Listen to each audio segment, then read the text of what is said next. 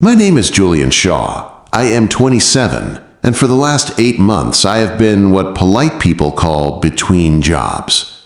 The truth is simpler. I got laid off when the old plant in Kalispell shut down its night shift. One Friday, the foreman handed me a cardboard box and said nothing personal. Inside were my steel-toe boots, a battered thermos, and a calendar I never finished marking. That was it. Since then, I have been living on savings that feel more like a countdown than a cushion. I pick up day labor when I can, fixing snowblowers for neighbors, patching roofs before the first hard freeze. I live in a one-bedroom apartment above a laundromat that smells like bleach and dryer sheets at 3 in the morning. Most nights, I lie awake listening to the spin cycle and wondering how long a single bag of rice can last. Today is supposed to be different.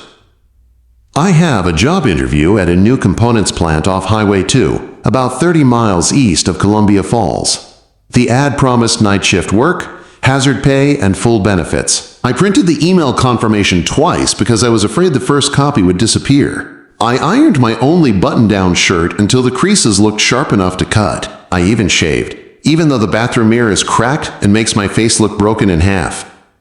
I leave the apartment at 4:30 in the morning, before the sky decides what color it wants to be. My truck is a 2004 Ford F-150 with nearly 200,000 miles, and a heater that only works if you talk to it kindly.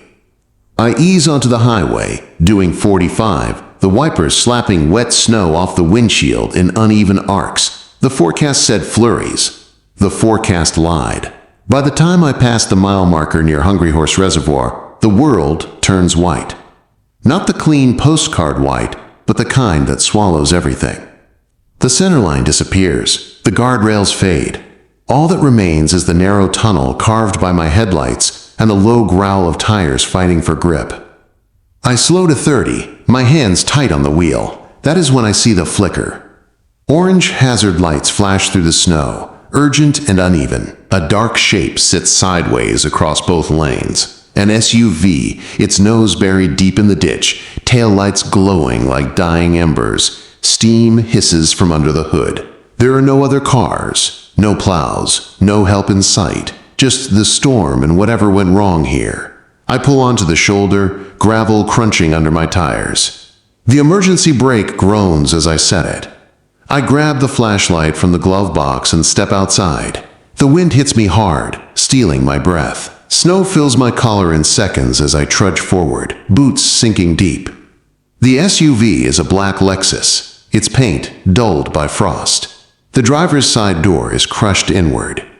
The window is cracked but still holding. Inside, a woman is slumped over the steering wheel, her seatbelt still on. Blood runs from her temple, dark against a gray sweater. She is not moving. I pull the handle, locked. I slap the glass, shouting, asking if she can hear me. Nothing. I circle the car, my heart pounding. The smell of gasoline hangs faint in the air.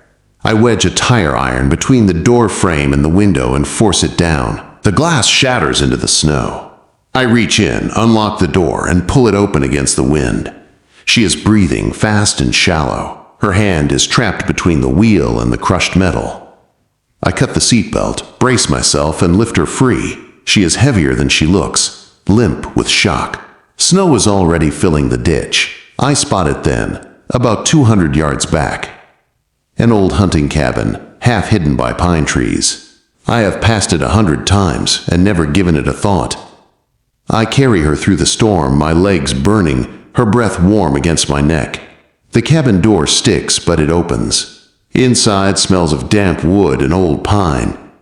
I lay her near the stone hearth, wrap her in an emergency blanket, and build a fire with the dry wood stacked inside. My hands shake as the flames finally catch. I press a clean rag to her head. Her pulse is strong.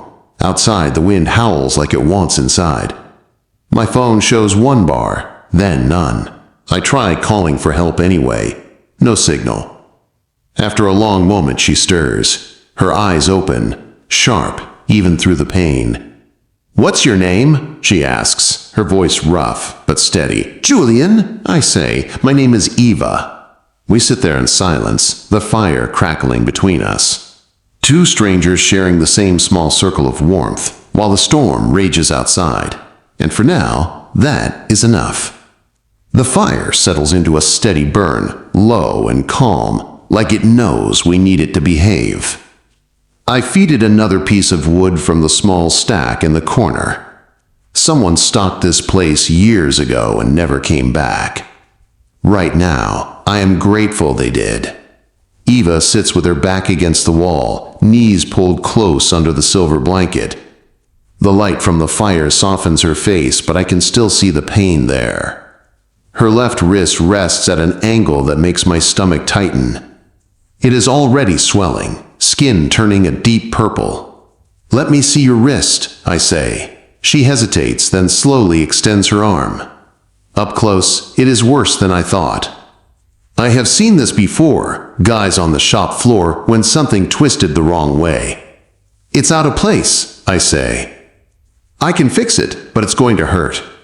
"Do it," she says without blinking. I brace her arm against my leg, grip her hand firmly, and pull in one smooth motion. There is a soft pop, followed by a sharp breath she pulls in through her teeth. She does not scream. Her fingers tremble, then relax. I grab 2 straight sticks from the woodpile and the roll of gauze from my first aid kit. I wrap the splint tight enough to hold, loose enough not to cut off blood. "You've done this before," she says. "Shop accidents."